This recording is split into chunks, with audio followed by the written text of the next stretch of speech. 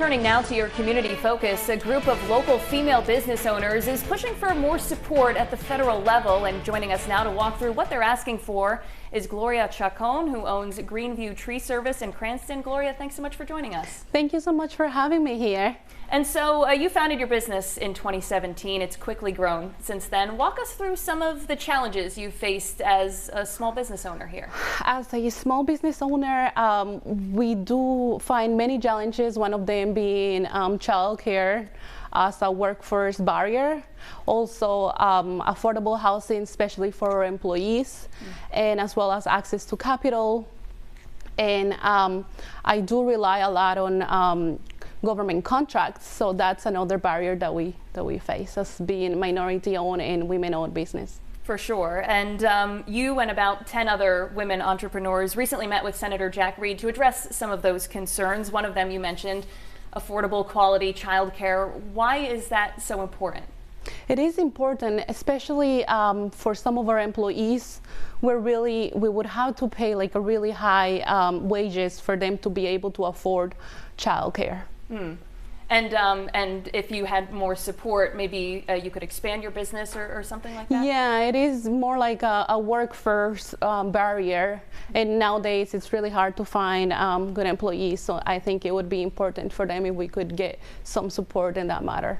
And you also mentioned access to more capital, a level playing field. How would that make a difference? It would make a difference because we would be able to bid on bigger jobs and to be more prepared with equipment and provide more training for our employees as well. Now, you guys are also asking the delegation to reauthorize the Small Business Administration. Can you tell us more about that and why that's needed? Of course. It's been over 20 years since Congress has reviewed what's working and what is not working at the SB8, and some things need to be changed, need to be updated because are no longer relevant.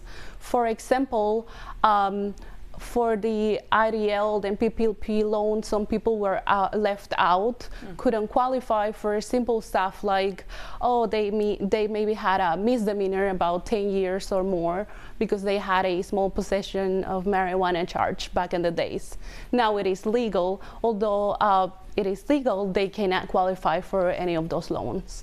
And I mentioned, of course, you talked with Senator Reed about all of these different concerns. What was that conversation like?